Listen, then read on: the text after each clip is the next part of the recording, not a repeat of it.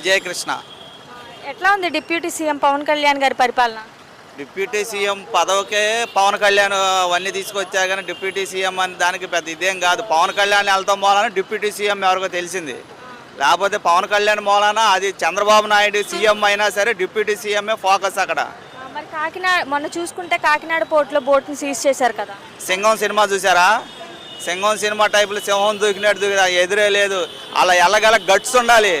Department మీరు వస్తే రండి, లేకపోతే నేను వెళ్ళి ఎదుర్కొంటానన్న సత్తా ఉన్న ఎవరన్నా నాయకుడు ఉన్నారంటే అది Pawan Kalyan. One and only Pawan Kalyan.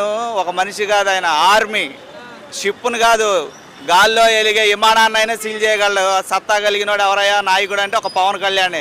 Boat seize చేయడం అంటే రోడ్డు మీద ఆపి సీజ్ చేయడం కాదు కదా. డిపార్ట్మెంట్ కూడా రాటాకు దడిసింది. దాని గురించి లారీలు స్ట్రైక్ చేయించారు.